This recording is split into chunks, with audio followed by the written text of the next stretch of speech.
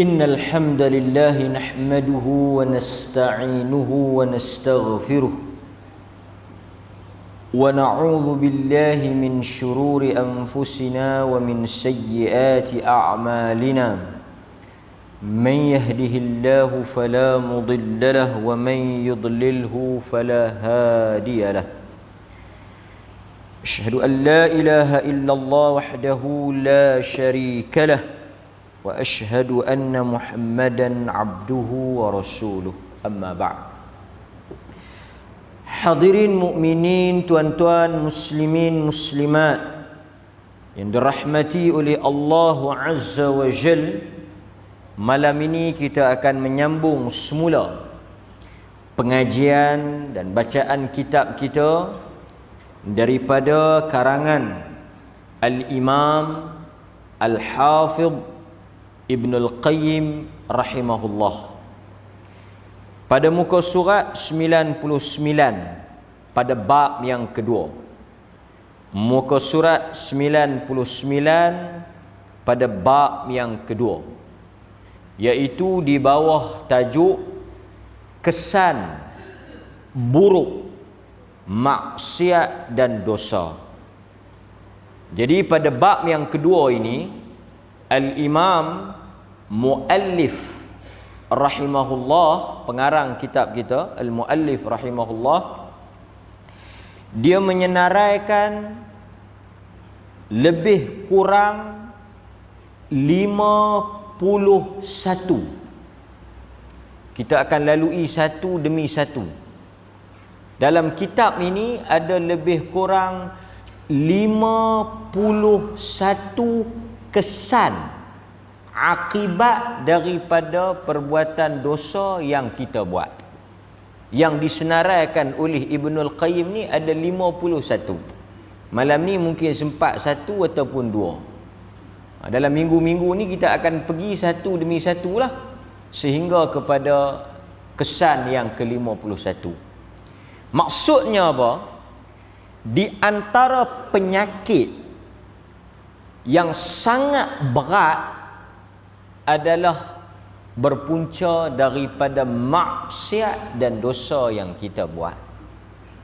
Sebab itu Allah menjadikan sakit ataupun penyakit ataupun bala, ataupun dalam hadis dia kata apa?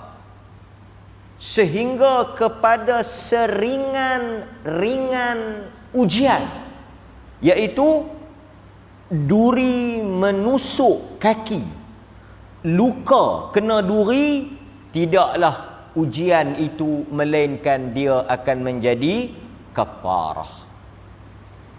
Setiap daripada bala, musibah, ujian yang Allah timpakan, dia bertindak sebagai penyuci kepada dosa. Apa maksudnya?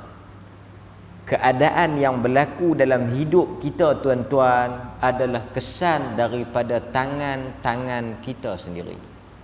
Maka Ibnul Qayyim senaraikan 51. InsyaAllah kita akan go through satu demi satu. Dan kita boleh nampak yang berlaku dalam hidup kita ini, inilah penyebab dan puncanya. Dan untuk menolak, merawat, macam mana tuan-tuan? Sebelum kita nak baca, kita mula dengan satu soalan umum. Kita dah sebut dah jawapannya. Masalah ujian ataupun kesulitan, keburukan yang berlaku dalam hidup kita ini kesan daripada dosa. Macam mana kita nak buat atau kita nak hilangkan masalah tu? Dengan apa dia ubat dia? Punca penyakit dosa. Ubat, berubat lah. Sebab bila tak ada dosa, hilanglah penyakit. Ini apa yang disebut oleh Ibnul Qayyim. Boleh tuan-tuan?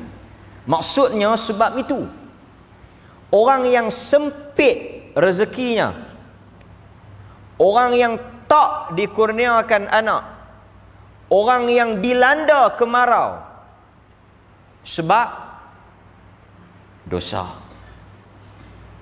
Jadi macam mana kita nak tukar daripada kesempitan kepada keluasan, kesusahan kepada kesenangan, yang sedikit kepada banyak, yang mahal kepada murah, yang buruk kepada baik?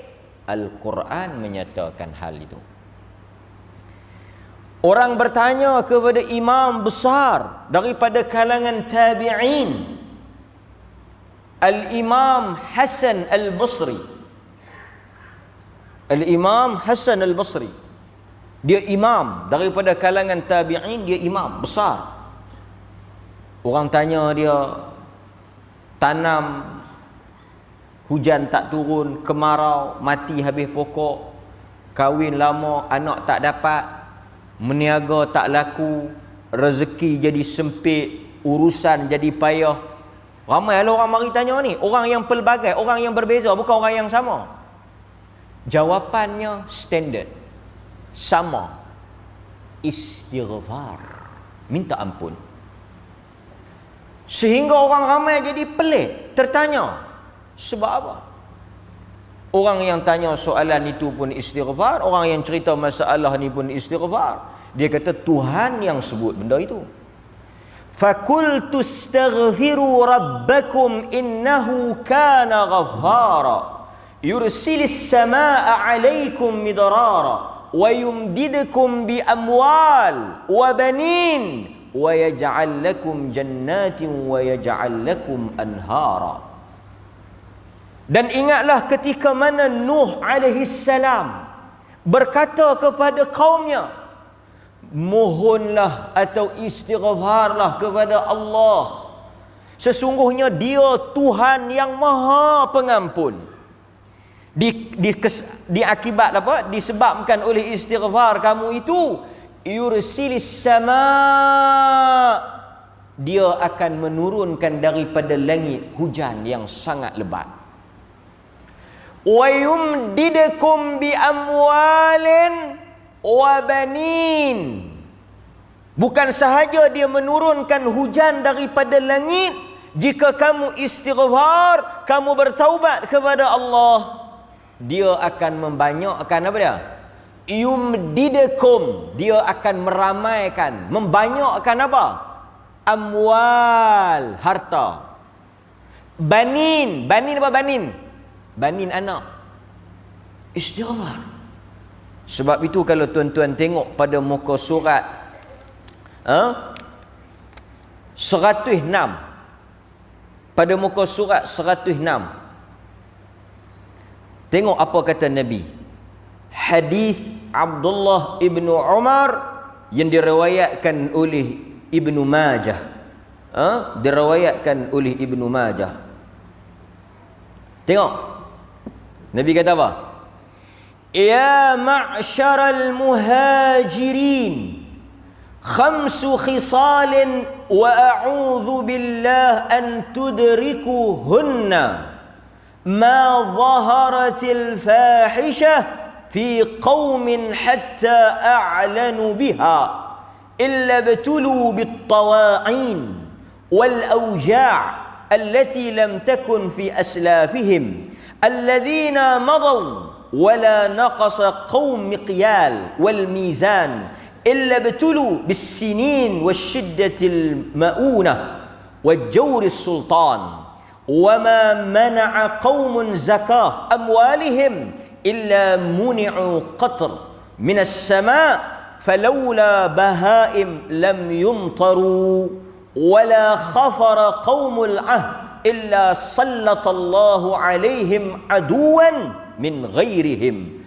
فأخذوا بعض ما في أيديهم وما لم تعمل أئمتهم بما أنزل الله عز وجل في كتابه إلا جعله الله بأسهم بينهم. Itu dia. Nabi sebut satu-satu. Nabi kata, wahai kaum muhajirin, aku berlindung kepada Allah daripada kamu dan aku terkena 5 perkara. Kata apa Nabi? Nabi kata apa?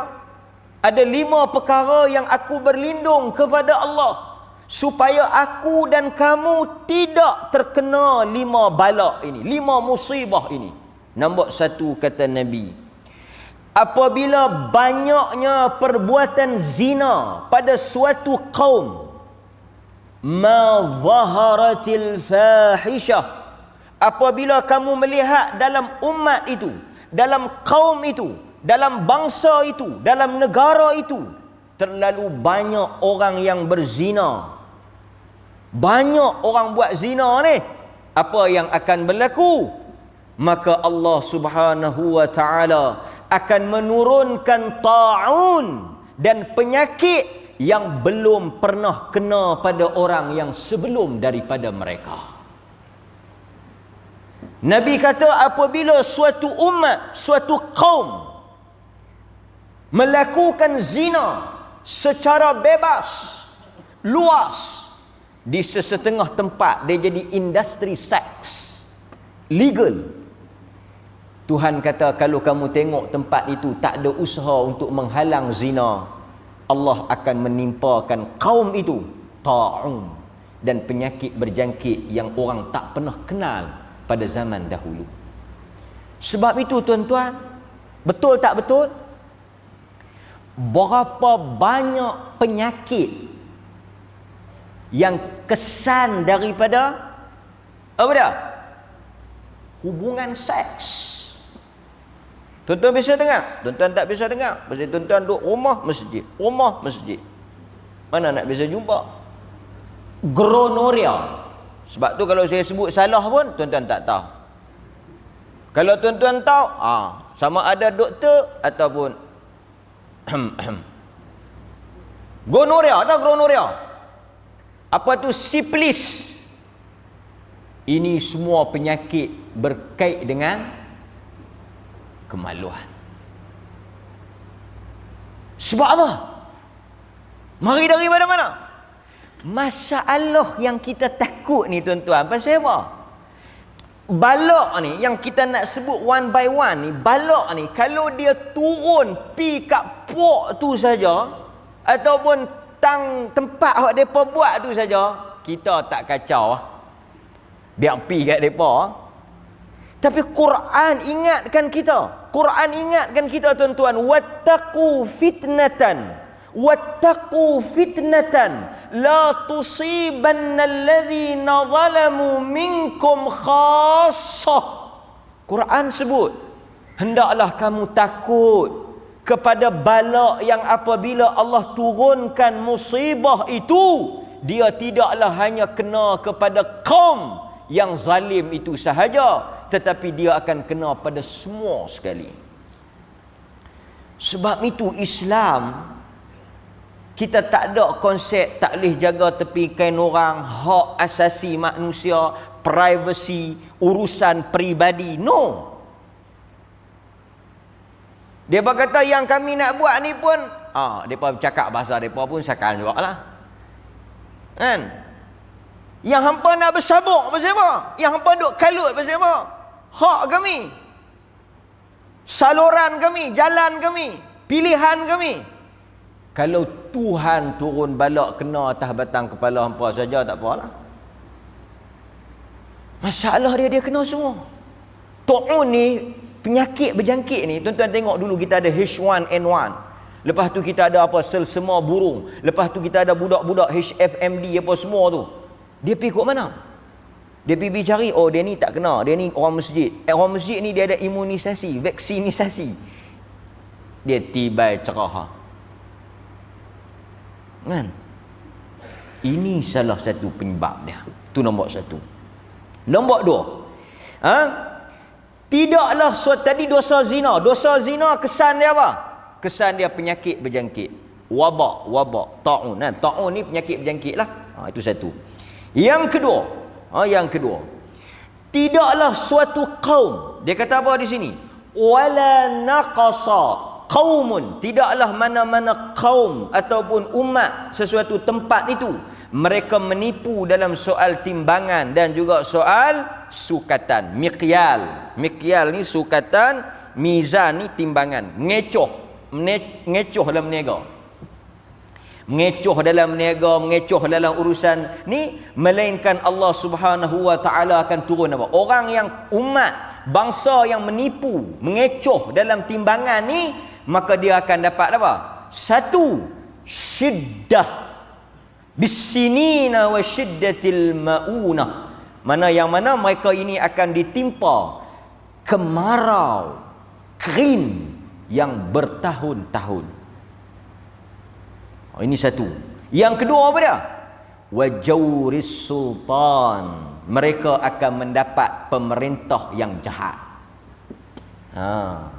Siapa yang menipu, siapa yang kecoh dalam urusan jual beli, sebagai habuan, balasan, hukuman Tuhan, mereka akan dapat pemerintah yang zalim, pemerintah yang jahat, pemerintah yang buat naya dekat rakyat dia. Sebab itu dosa kita, kan, kesan apa yang kita dapat ni memang kesan daripada dosa kita, kan. Itu yang kedua. Yang ketiga, kata Nabi apa dia?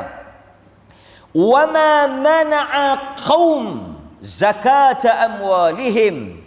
Mana-mana kaum yang enggan membayar zakat. Itu saya duduk dengar juga, sok-sek tak mau nak bayar zakat harum manis. Fatwa perlis kata wajib bayar, fatwa perlis bersidang wajib bayar, kan. Dia kata nak bayar pasal apa? Bukan ada dalam hadis. Bab tu hadis sungguh. Dia kata mana ada dalam Quran, mana dalam hadis pasal apa nak kena bayar. Jual padi boleh tengah 200 kena zakat, jual harum manis boleh 30,000, tak tahu tak kena zakat. Satu hari Syekh Dr. Yusuf Al-Qaradawi dia mari di Malaysia. Dr. Yusuf cerita dalam buku dia, kan, alim besar, ada di Qatar. Dia kata ada orang tanya dia, apa nas zakat kelapa sawit? Apa nas, apa dalil wajibnya zakat kelapa sawit? Dari sudut nas, dari sudut dalil, zakat hanya kena pada tanaman asasi, yakni sesuatu tanaman yang menjadi makanan ruji, macam padi, gandum, bali yang orang makan, yang makanan asasi, yang tu kena zakat. Dari sudut dalil yang tu, kelapa sawit tak ada. Kelapa sawit tak ada. Baru ni depa bawa keluar senarai apa dia ni, 10 orang terkaya di Malaysia.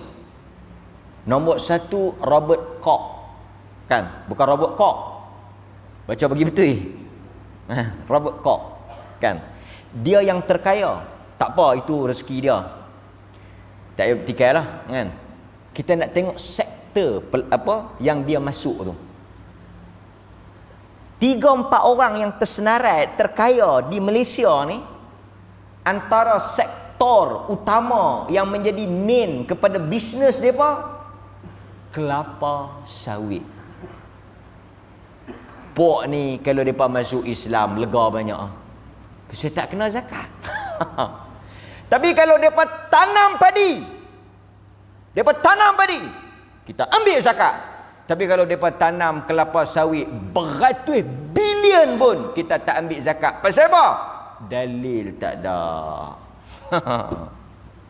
Tak kalah agama bendui macam tu. Maka sebab itu mempertikaikan pasal apa harum manis kena zakat, tak ada dalil. Seorang yang tak faham maksud zakat.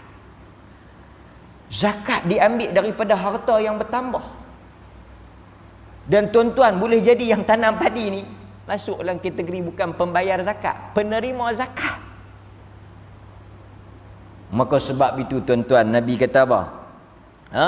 Mana-mana kaum mana az-zakah yang mereka enggan, tak mau bayar zakat, tak mau bayar zakat. Dan kita tahu tuan-tuan, memang ada yang tak mau bayar. Pasal apa? Pasal kita boleh buat kiraan. Tak apa, Tuhan kata mereka tak mau bayar, tak apa.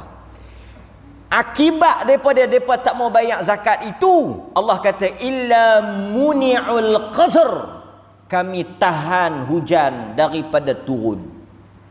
Orang yang tak mau bayar zakat, umat yang tak mau bayar zakat, kaum yang tak mau bayar zakat, dengan macam-macam alasan, kami turun hujan. Hujan ni dia berhubung kait dengan zakat. Sebab kita buat padi kan, buat tanaman, tuan-tuan kan belajar zakat. Zakat yang guna air hujan kadarnya berbeza dengan tanaman yang guna air sendiri. Maksudnya ada dia punya kesannya. Dan tuan-tuan yang buat, bayangkan kan, lah ni berasa tak bayar bil, berasa. Sebab apa? Pasal kena jurui. Yang Tuhan duk bagi beru tahan duk, tak ada siapa pun duk berasa. Tiba-tiba dia minta bayar zakat, kita tak mau.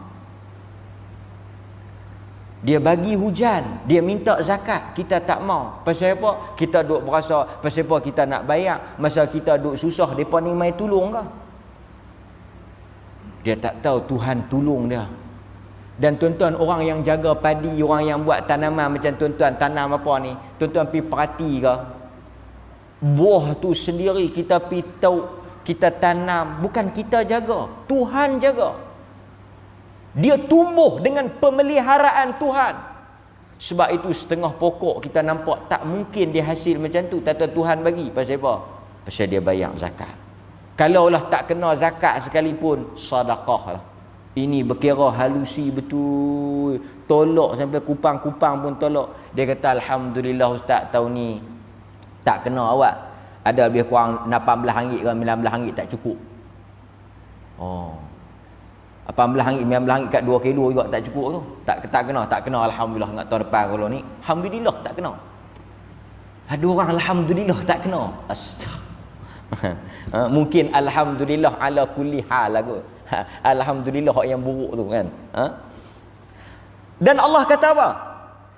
Kalaulah bukan kerana bahaim. Bahaim ni dia jamak berbahimah. Bahaim ni apa? Kalaulah bukan kerana binatang ternak. Kan? Kalaulah bukan kerana kesian pada binatang ni, Tuhan tak buat turun lah. Tapi kadang-kadang kita tengok kan, dalam kemarau-kemarau sekali dia turun mai, sekali-sekala dia turun mai, pelik kan? Pasal apa? Bukan pasal kita, pasal binatang. Kalau tengok kepehai kita tu, tak turun. Tapi kesian pada binatang yang duk dahaga dan sebagainya, Tuhan turun. Rahmat di atas kesian belah Tuhan pada binatang, turunnya hujan. Tapi kalau tengok pada sikap kita, Tuhan kata dia tak akan turunkan hujan. Kemudian Nabi kata apa lagi? Tidaklah suatu kaum yang mungkir janji, langgar janji, menipu dalam janjinya, melainkan Allah akan menjadikan musuh yang bukan daripada golongan mereka. Maksudnya Tuhan jadikan musuh, Tuhan jadikan satu puak menguasai mereka, yang mana puak itu akan merampas sebahagian harta yang ada di tangan mereka. Dan tidaklah para imam mereka mengabaikan apa yang Tuhan turunkan dalam kitabnya, melainkan Allah akan pecah belahkan hati-hati mereka. Allah kata mana-mana orang yang suka mungkir janji, menipu dalam janjinya, tak berjanji betul, maka salah satu kesan dia apa? Allah jadikan musuh untuk mereka. Musuh banyak. Betul tak orang yang mungkin janji ni musuh banyak? Betul.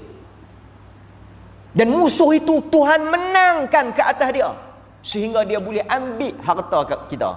Sebab apa? Sebab kita orang yang mungkir janji.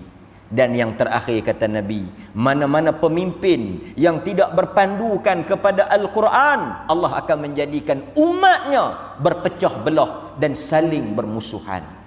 Poin yang kita nak ambil tuan-tuan, daripada apa yang Nabi sebut tadi, masalah yang berlaku berpunca daripada dosa dan maksiat yang kita buat. Sebab itu pada awal muqaddimah dia sebut apa? Tuan-tuan tengok pada muka surat 99. Patah balik sikit. Kita baca sikit sebelum kita nak pergi kepada senarai tadi ni. Kita tengok dia kata apa? Dia nak buktikan ni, nak proof, hujah dia bahawa dosa ada kesan, dosa ada akibatnya. Dosa ada balaknya. Satu kata Ibnul Qayyim. Tuan-tuan boleh tengok. Saya note yang mana yang dia buat sebagai contoh. Dia kata, bukankah dosa dan maksiat yang menyebabkan ayah dan ibu kita, Adam dan Hawa, terkeluar daripada syurga? Dia kata, pasal apa Adam dengan Hawa keluar? Kes apa? Kes dosa. Dihalau keluar, diusir keluar, dihantar ke dunia daripada dalam syurga. Kerana apa? Kerana dosa.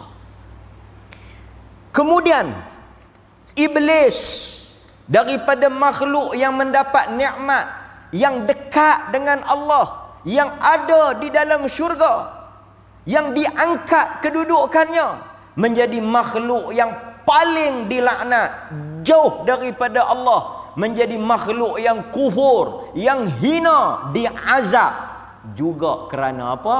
Bukankah kerana dosa? Tuan-tuan kata bukan kerana dosa, kerana sombong. Dialah sombong tu dosa lah. Takkan sombong tu, dia kata sombong lain, dosa lain. Ikutlah. Dosa, kerana dosa. Iblis dihukum kerana dosa. Adam terusir keluar kerana dosa. Kemudian dia bagi contoh apa lagi? Dia kata Allah menghantar angin kepada kaum Ad dan binasalah kaum itu. Kerana apa? Kerana dosa. Dosa apa kaum Ad? Tuan-tuan balik tengok dalam Quran apa mereka buat. Kemudian Allah juga menyebut tentang apa?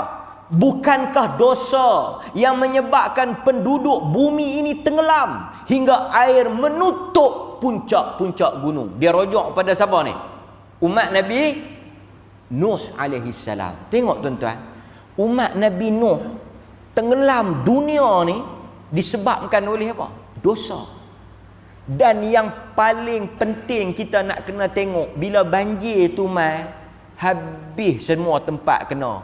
Rumah orang baik pun kena, rumah orang yang lawan Nabi Nuh pun kena, dengan Nabi-Nabi Nuh kena. Tidaklah ayak tu bila sampai kat kawasan perumahan pengikut Nabi Nuh, dia pun berhenti. Oh, takat ni saja. Patah balik. Kan? Hari tu depa kalut. Depa kata tsunami. Di Aceh tak reban masjid. Kan? Tak reban masjid. Pas supaya tsunami tu banjir di Perlis. Benar orang pergi masjid. Parking kereta. Pakak beriman lah sat, pasal tak tenggelam masjid. Keluar berita Filipina, banjir. Filipina sekarang juga banjir. Dia negara yang antara api Pasifik balak tak berhenti kan. Filipina pun Kristian, negara Kristian. Dia pun takkan nak kalah. Indon buat keluar gambar masjid tak reban, depa pun buat keluar gambar juga. Depa kata patung Jesus hok besar tengah pulau tak patah reban pun. Tu dia lawan gambar. Bukan lawan hujah. Kita buat keluar gambar masjid tak reban, depa pun buat keluar gambar patung Jesus. Yang seronoknya apa? Sakanlah orang Islam hebatlah. Hebat apa? Share. Tengok masjid tak reban. Tengok masjid tak jejah. Tengok masjid tak pecah tenggelam apa semua. Tengok. Haram tak mai pun. Yang share tu mai tak? Yang share masjid tak reban tu mai tak? Tak pun. Sambil duk habaq tengok masjid ni. Hang tengok masjid tak reban ni. Hang tengok ni tak reban ni. Hang tengok ni. Di Indo ni pangtak gambar mai kat aku ni. Batang kedua. Kita pun tak faham. Kadang-kadang orang kita ni tak tahu pasal apa. Dia share gambar. Tuhan, sungguh Tuhan nak buat apa pun boleh tuan-tuan. Tapi kita bukanlah beriman kerana masjid tak reban tu. Sebab apa? Kaabah reban tak reban? Kaabah reban tak reban? Kita bimbang tuan-tuan pasal lah duk hujan ribut berapa tahun ni kan di Kaabah, reban Kaabah esok lusa. Sengap kita macam orang politik kan. Hari ni kena pok dia bunuh. Oh. Esok pok dia pula silap. Sengap, sunyi. Maka agama dia tak pernah ajar beriman kepada tak runtuh, tak reban, benda-benda ajaib ni dah. Agama kita beriman pasal apa? Pasal kita yakin dengan Quran. Berhentilah tuan-tuan. Bukan kita kata kebesaran Tuhan, Tuhan boleh buat, tapi itu bukan sebab kita beriman. Kena reban kalau orang pergi bom ke Amerika, pergi bom Kaabah ke apa ke, ini kacau kita. Tuan-tuan, sekarang kita masuk kepada apa yang disenaraikan oleh Al-Imam Ibnul Qayyim rahimahullahu taala berkaitan dengan kesan-kesan maksiat. Kita tengok setakat mana yang sempat malam ni. Pada muka surat 127. Pada muka surat 127. Yang pertama, dia kata apa?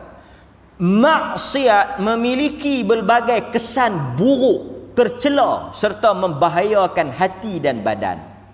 Kesan buruk ini bukan sahaja berkait dengan dunia ataupun akhirat. Jumlahnya tidak diketahui, melainkan hanya Allah sahaja. Dia senaraikan sebahagian. Yang pertama, apabila seseorang itu melakukan maksiat dan dosa, bila dia buat satu maksiat, dia buat satu dosa, maksiat itu menghalang dan mencegah ilmu masuk ke dalam dirinya. Ini kesan yang pertama. Apabila kita melakukan maksiat, kita melakukan sesuatu perkara yang haram, ilmu Allah, khususnya ilmu agama, dia tak masuk dalam hati kita. Dia tak masuk. Kalau dia masuk, dia tak memberikan manfaat. Dia tak ada kesan, dia tak lekat, dia mudah hilang. Nampak? Ilmu yang paling besar Quran lah. Kan? Quran. Nampak? Kerana ilmu adalah cahaya yang Allah masukkan ke dalam hati, sedangkan maksiat adalah pemadam kepada cahaya tersebut. Ketika Imam Asy-Syafi'i duduk sambil membacakan sesuatu di hadapan Imam Malik bin Anas, tok guru dia, kecerdasan dan kesempurnaan pemahaman Imam Syafi'i membuatkan Imam Malik tercengang. Beliau pun berkata, sesungguhnya aku memandang, kata Imam Malik, bahawa Allah telah memasukkan cahayanya ke dalam hati engkau. Pasal apa tuan-tuan? Imam Syafi'i ini hebat apa? Dia hafal Muwatta Imam Malik. Muwatta ni kitab besar. Kitab. Dia bukan hadis saja. Muwatta Malik ni dia bukan hadis saja. Yang Sahih Bukhari itu hadis saja. Sahih Muslim tu dalam tu hadis saja. Muwatta Malik ni, Imam Malik ni besar tak besar? Dia menghimpunkan hadis dan dia menghimpunkan perkataan sahabat. Hadis perkataan Nabi. Dalam Muwatta Imam Malik perkataan sahabat pun ada. Hadis pun kita tak terhafal, ni nak hafal perkataan sahabat pula. Sahabat bukan seorang dua. Imam Syafi'i hafal daripada kulit ke kulit. Besar kitab tu, dia hafal. Imam Malik bila dengar, Imam Malik kata apa? Tuhan telah memasukkan cahaya dia. Pasal hang ingat, itu pun satu hari dia tersilap, dia tertengok, dia terbuat benda yang tak, dia tersilap sikitnya. Dia kata apa? Syakautu ila Waqi' su'a hifzi. Imam Syafi'i kata apa? Aku mengadu kepada Waqi' Ibn Jarrah, tok guru dia, kita cerita hari tu kan. Dia kata su ni buruk. Payah aku nak hafal. Payah apa? Muwatta duk dalam kepala. Quran tak payah katalah. Muwatta duk dalam kepala, Quran awal lagi 7 tahun 8 tahun dah hafal dah. Lepas tu Muwatta Imam Malik, Quran ada, hadis pun ada. Dia kata payah nak ingat. Dia kata payah nak ingat. Teradu ada dua benda besar dalam kepala. Pasal apa dia tak hafal Sahih Bukhari? Pasal tu kita kena mengaji. Nak hafal Sahih Bukhari ikut celah mana? Bukhari mai kemudian. Pasal tu Imam Syafi'i kata apa? Al-Imam Syafi'i dia tak sempat tengok Sahih Bukhari. Dia kata apa? Kitab yang paling sahih selepas Quran, Muwatta Imam Malik. Dikatakan Muwatta Imam Malik kitab hadis yang pertama yang pemerintah dia buat atas permintaan pemerintah untuk himpun hadis. Tengok tuan-tuan, dia kata dia susah hafal. Kita juz amma pun tak masuk, kita kata kita kuat hafal. Mungkin Imam Syafi'i tak jumpa dengan kismis minda. Boh sikit. Kismis minda. Apa lagi? Saya tengok makanan sunnah. Kita tengok makanan sunnah ni makanan apa? Dia kata ada dalam tu habbatus sauda, campur dengan kismis, campur dengan kurma, campur dengan nu, campur dengan ni, campur dengan nu. Ho, zakat campur. Nabi makanlah tapi dia tak campur. Makan kismis saja tak kuat, ni kita campur 10 dalam satu. Kan? Benak apa tu juga. Kismis minda kita tak tahu. Makan zabib, makan kismis ni boleh cerdik ke? Ibnu Syihab Az-Zuhri dia kata adalah bagus manfaat. Ibnu Syihab ni tokoh hadis lah. Dia sebut dia kata adalah kesan makan kismis. Tapi kita duk tengok imam-imam ni, depa taklah Imam Ahmad dikatakan dia makan akak kayu. Dia sebenarnya makan ni adalah efek, tapi sebenarnya dia pada apa?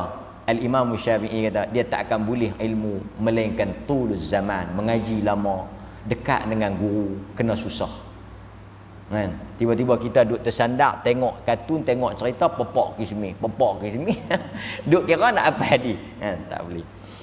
Maka kata guru dia, fa arsyadani ila tarkil ma'asi. Maka dia menyuruh aku untuk apa? Ila tarkil ma'asi, untuk apa? Meninggalkan maksiat. Wa qala i'lam, dia kata ketahuilah, bi anna al-ilm fadl, bi anna al-ilm nur. Ada setengah riwayat dia kata, sesungguhnya ilmu itu cahaya, dan cahaya Allah tidak akan masuk ke dalam hati orang yang bermaksiat. Sebab itu tuan-tuan, bila kita pesan pada anak-anak kita, pesan pada diri kita, kan, jauhi daripada maksiat, kan, jauhi daripada. Yang kedua, salah satu sebab kenapa kita payah ingat, tak terang hati, gelap hati kita, kerana apa? Kerana maksiat. Sebab itu dalam hadis Nabi kata apa? Apabila kita buat satu dosa, nuqtatun, satu nuqtah, satu titik apa? Nuqtah sauda, satu titik hitam. Satu titik hitam.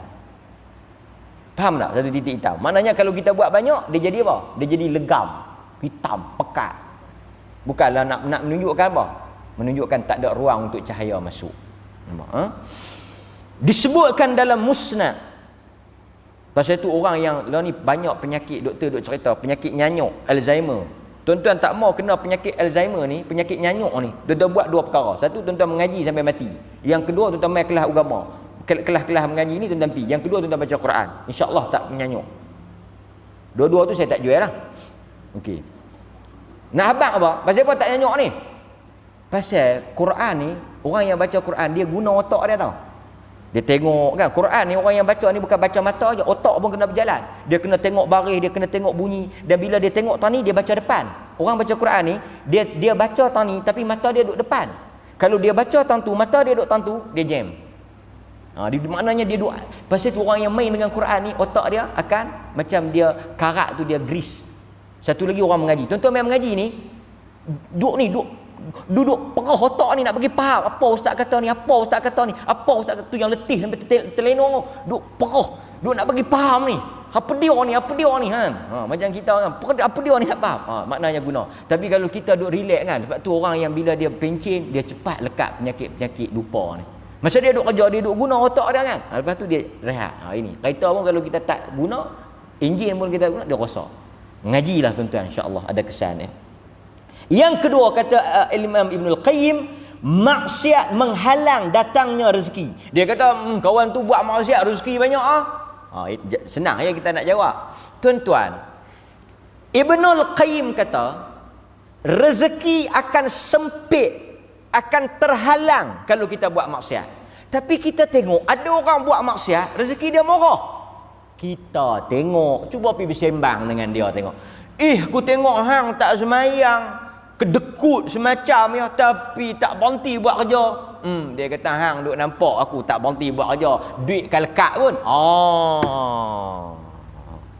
Bila bersembang, dia yang kerja tak berhenti, projek tak berhenti, bila main makan capati dengan kita, siapa bayar? Siapa bayar? Hak tak ada projek ni bayar. Betul tak? Depa kata, saya ni jarang dengar, tapi orang banyak kata macam tu lah. Tak ada duit. Nampak banyak tapi tak tak berkat, tak lekat. Masuk darah, keluar darah, tak berasa. Pasal itu jangan ta'ajub. Pasal itu bila depa tengok Qarun, kalau jadi macam Qarun seronok nak. Geng-geng hok yang beriman kata apa? Jangan, biar kita tak jadi Qarun tak apa. Lalah kali tenggelam Qarun. Lepas tenggelam tu depa kata apa? Nak jadi Qarun. Doa, tak mau, tak jadi Qarun pun tak apa. Awal tu nak jadi. Dah tengok kawan tu tenggelam, dan tak mau jadi. Kan? Kita ada 3 minit lagi. Okey.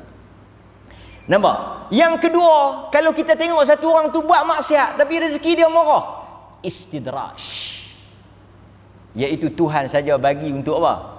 Macam kita baca hadis kan, Tuhan bagi dunia ni tak semestinya orang yang dia sayang. Tapi agama Tuhan bagi pada orang yang dia sayang. Pasal itu dalam hadis Muawiyah, dalam hadis Bukhari, Nabi kata apa? Apa may yuridillahu bihi khaira yufaqihu fid din. Siapa yang Tuhan nak, apa dia ni? Baik kepada dia, Tuhan tak bagi harta pada dia, Tuhan tak bagilah dunia pada dia, tapi Tuhan bagi yufaqihu fid din. Tuhan bagi dia faham agama. Dia faham agama. Itu tanda Tuhan nak kebaikan. Maksiat menghalang datangnya rezeki. Kita baca sikit tuan-tuan, Dia kata apa? Disebutkan dalam Musnad Imam Ahmad, sesungguhnya seorang hamba, Nabi sebut, seorang hamba itu akan terhalang daripada rezeki kerana dosa yang dia buat. Kerana dosa yang dia buat. Ini kata Nabi. Jadi kita kena percaya. Soal banyak, soal kita nampak hebat, itu kita nampak, hakikatnya dia yang tahu. Maka sebab itu tuan-tuan, bila kita macam Hasan Al-Basri kata tadi, kalau kamu tanam tak turun hujan, tanam tak berbuah, kahwin tak ada anak, meniaga tak laku, kamu istighfar. Kerana Nabi kata penghalang kepada rezeki itu dosa. Kita bagi laluan kepada azan. Saya kita sambung sikit kot nombor 3 ni. Mudah-mudahan Allah Subhanahu wa taala rahmat kita insya-Allah. Bismillah. Kita tengok yang terakhir nombor 3, kesan yang ketiga. Maksiat menyebabkan kehampaan hati daripada mengingat Allah. Apa maksud dia? Kita baca, kita syarah sikit tuan-tuan. Yang ni juga penting. Apabila seseorang itu melakukan maksiat, Allah akan membuat hatinya hilang ketenangan dan hilang kenikmatan dan tidak merasa bahagia walaupun dunia. Nampak? Tengok kata Ibnul Qayyim, dia tulis di situ, meskipun seluruh kelazatan dunia terkumpul padanya. Tuan-tuan kena garis tu. Ibnul Qayyim kata, satu orang yang buat maksiat, hati dia akan hilang ketenangan, kebahagiaan, dan dia akan merasa gelisah. Walaupun pada zahirnya, Ibnul Qayyim kata semua. Saya bagi contoh. Di antara tempat yang paling banyak orang bunuh diri ataupun orang terlibat dengan dadah ni sebagainya adalah di negara-negara maju. Negara-negara maju. Kita mengaku, ni fakta ni. Kita mengaku tuan-tuan tu yang masuk pi tembak. Apa dia ni tu yang pi tembak habis semua tu. Cuba tengok respon orang Islam. Respon orang Islam tenang. Orang tua tu buat apa yang bini dia kena tembak? Orang tua yang bini dia kena tembak tu, dia maafkan orang yang tembak tu. Dan bila orang yang tembak tu mai ni pegang pistol ni, masuk ni, orang yang duduk depan dalam berita tu kata apa?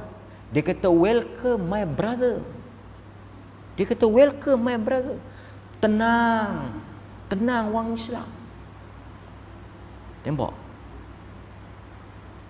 Tuan-tuan, negara yang paling mundur, miskin dari sudut kebendaan, materialistik, Arab panggil madiyah. Negara mana? Bangladesh. Mana lagi? Belah-belah Somalia, belah-belah Sudan, Yaman. Yaman 70 tahun kita dulu ni. Yaman tu. Maknanya negara yang dari sudut kemajuan, kebendaan, materialistik teruk. Bukan kata kereta api ikut atas, kereta api ikut bawah pun tak ada. Punya mundur. Tapi tuan-tuan tengok, orang Islam taklah piduk bunuh diri ke, makan racun ke. Pasal kita ada Tuhan. Dunia tu jadi kecil, akhirat tu jadi besar. Jadi kita tak kisah sangat lah. Tapi bila kita tengok negara yang serba maju ni, start kereta pun tak payah pakai kunci ni, sakal lah. Negara Jepun umpamanya, Jepun. Negara barat tak ada cerita lah. Dan orang-orang yang bunuh diri, tuan-tuan tengok. Yang bunuh diri siapa dah? Tuan-tuan tengok. Senarai yang bunuh diri. Duit. Tidur atas duit. Lagi glamour, masyhur, dunia kenal tu, geng-geng yang artis-artis tu.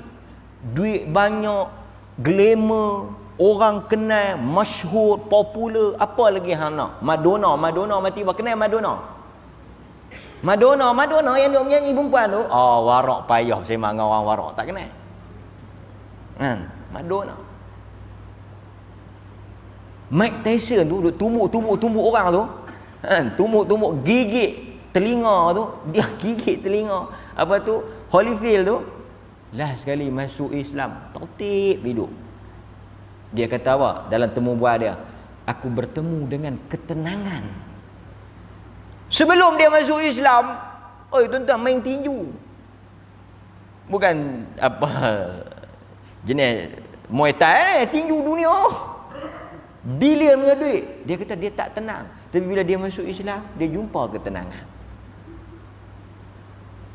Sebab itu salah kata apa? Salah kata, kalaulah orang kaya, raja-raja yang kaya, yang hebat itu, mereka tahu perasaan kita, apa yang kita rasa masa kita mangkit tahajud, kenikmatan, ketenangan, kebahagiaan yang kita mangkit tahajud, yang kita sembahyang ni, mereka akan tangkap, bunuh kita. Pasal apa? Pasal mereka tak rasa walaupun mereka ada segala-galanya. Nampak? Ini pasal tu orang yang dia dapat duit benda haram, sumber haram, dia tak tenang. Seperti mana contoh yang telah ditunjukkan oleh P.Ramlee. Kucing masuk, dia lompat terjun katil. Tak tenang, tuan-tuan. Polis masuk apa? Masuk dalam taman nak tengok orang main mercun. Dia sini naik atas shilling. Tak tenang. Orang ni pasal tu, salah satu daripada kesan dosa ni, Tuhan cabut apa? Ketenangan. Dunia semua ada pada dia, tapi dia tak rasa. Kan? Ini satu benda. Pasal itu tuan-tuan, kadang-kadang kan kita tengok, saya sebut, orang buat banyak kata-kata kan. Kita mungkin melihat orang yang kaya dengan kereta yang besar, rumah yang besar, kan, hebat. Tetapi mungkin kita tak akan rasa kebahagiaan berbanding dengan orang yang susah. Nampak? Orang yang susah, saya bagi contoh, orang susah mereka tak ada telefon. Orang miskin tak telefon. Jadi bila mereka tak ada telefon, mereka bersembanglah sama-sama mereka. Tanya khabar, apa cerita hari ni, apa semua. Bahagia betul tak? Orang kaya banyak sangat telefon. Kan? Jadi hilang kebahagiaan, kenikmatan itu. Maka sebab itu tuan-tuan, bukan dunia. Pasal itu bila kita minta kat Tuhan, kita kata ya Allah bagilah kita kaya. Kita bukan nak kaya, kita nak bahagia. Kita nak bahagia. Dan bahagia ni belum tentu kita akan dapat kalau kita kaya. Boleh tak jadi tuan-tuan? Pasal itu orang kaya bila dia nak tidur, kadang-kadang dia ambil masa dia nak tidur. Tapi orang miskin, pasal dia tak kaya, kerja teruk, dia letih, Tak tidur pun dia tidur. Nampak? Dia berkata nak tidur lena macam mana? Bantai kena bantai hotel. Kan untuk jual lah bantai hotel. Bantai hotel ke, tilam hotel ke. Kalau dengan tak tenang ni tak lena. Tak lena. Bantai kita pun taklah hotel mana. Bang lohok baru nak sedap. Tu nasib baik bukan bantai hotel. Kalau bantai hotel tah bantai tak baik apa. Nikmat tuan-tuan. Sebab itu kita agama ajak apa? Saya pun duk didik juga, duk asuh diri saya. Agama ajak apa? Qanaah. Qanaah ni ubah. Tu qanaah. Qanaah ni bukan nama kuih. Jadi dia berkata nama kuih raya pula. Qanaah ni pasal apa orang Islam lagu mana pun Tuhan bagi dia tak terjun jambatan. Siapa dia yang terjun jambatan Penang tu? Bukan orang Islam. Kan? Orang Islam pasal apa dia tak buat kerja gila tu? Pasal dia ada qanaah. Pasal tu orang yang bila ditangkap bunuh diri ni, tajuk kita nak kena ceramah dekat depa ni qanaah. Tuan-tuan pun kalau duk berasa, duk ada rasa-rasa nak pergi bunuh diri, mai dengar bab-bab qanaah ni. Qanaah ni apa? Berasa padan dengan apa yang ada. Kita duk geram nak menikah dengan perempuan putih, boleh kat kita taklah putih sangat, hitam sangat pun tak. Qanaah, alhamdulillah lah boleh lah. Tapi kalau tak ada qanaah, tak ada duk. Kan? Duk berayanlah hati nak pakai kereta besar kan. Tak apalah berayan tak salah. Jadi dapatlah kereta taklah besar mana. Berayanlah berayan. Bayangkan. Sterin, bayangkan. Ataupun pergi beli stiker ke pelekat bayang. Tak apa, tak berdosa. Tapi yang pentingnya apa? Qanaah. Alhamdulillah. Tuan-tuan tanya saya nak tutup nak buat bagi macam mana ada qanaah? Nabi ajak siap-siap dah. Nabi pun tak kata hampa kena qanaah. Qanaah ni apa yang Tuhan bagi, okey, alhamdulillah. Terima. Boleh? Satisfy. Berpuas hati. Macam mana nak bagi puas hati ni? Nabi ajak dah. Nabi tak kata hampa fikir ke dirilah. Tak mungkin Nabi ajak macam tu. Dia habang. Nak bagi qanaah, Nabi dah bagi dia punya tips dia. Unzur.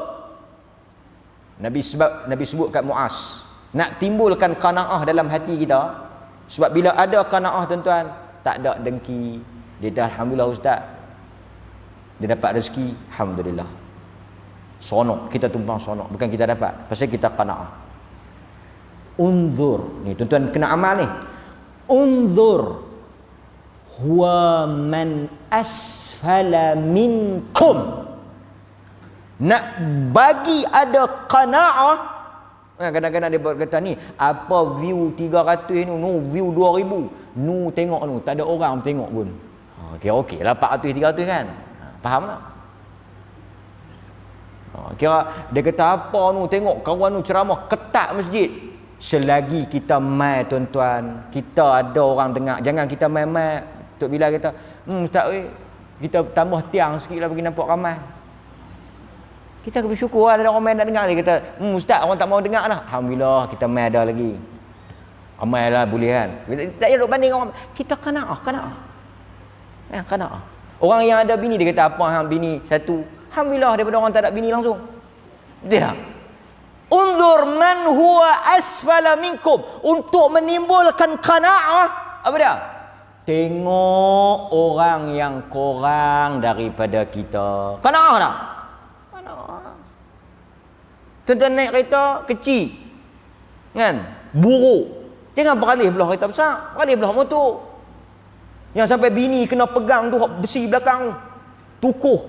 Habaq kat anak hampa jangan duk buih sangat, lagi hampa tak ada mak pula kan.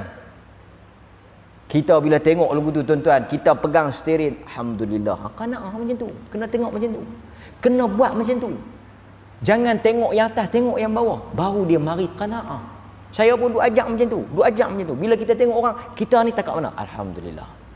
Ajak. Baru dia mai syukur, baru dia mai tenang. Kan? Nampak? Maka bila qanaah, hati tenang. Ya, nampak? Sebelum tuan-tuan makan, tuan-tuan tengok dulu dokumentari Rohingya. Ya, sebelum nak makan tu, bini kata ni siap dah hidang. Okey, panggil semua anak-anak buka dokumentari Rohingya. Kan? Saat lagi ni hidang apa pun bersunyi, tak ada siapa komplain. Makan. Macam mana syukur? Alhamdulillah. Pasal apa? Pasal duk tengok Rohingya. Syukur. Pasal tu kadang-kadang orang tanya ni duk post gambar ni tak salah kita post gambar kan. Pasal kita nak cerita nikmat kita makan sana kita post ni. Itu nikmat Tuhan bagi. Wa amma bi ni'mati rabbika fahaddith. Kita cerita, kita syukur. Tapi orang yang tengok, dia jangan dengki. Dia jangan rasa, ish, awak aku tak boleh macam tu. Dia tengok orang yang lebih. Dia tengok orang yang di atas sebenarnya memberikan satu tanda syukur. Pasal apa bila orang post benda-benda yang hebat, dia cerita benda-benda yang hebat, kita tak dengki? Pasal apa? Pasal kita orang beriman. Orang beriman dia nak dengki tak? Dia tak dengki. Pasal apa dia tak dengki? La yu'minu ahadukum hatta yuhibba li akhihi ma yuhibbu li nafsihi. Tak berimanlah satu orang tu sehinggalah dia sayang, dia suka saudara dia dapat apa yang dia nak dapat. Tuan-tuan, Nabi kata tak beriman satu orang tu sampai dia suka, dia seronok orang dapat, saudara dia dapat apa yang dia seronok dia dapat. Jadi bila tuan-tuan tengok ada orang dapat, tuan-tuan tak dapat tapi tuan-tuan tumpang seronok, ketahuilah tuan-tuan telah beriman dengan Allah dan Rasulnya. Tapi bila tuan-tuan tengok orang dapat, tuan-tuan tak dapat, tuan-tuan dengki, tuan-tuan rasa cemburu, rasa tak puas hati, rasa geram, iman itu belum sempurna. Bukan senang dengar seronok, dengar asyik, tapi bila sampai pada masa dia baru kita tahu. Wassallallahu ala nabiyyina Muhammad wa ala alihi wa sahbihi wasallam. Walhamdulillahirabbil alamin. Assalamualaikum warahmatullahi wabarakatuh.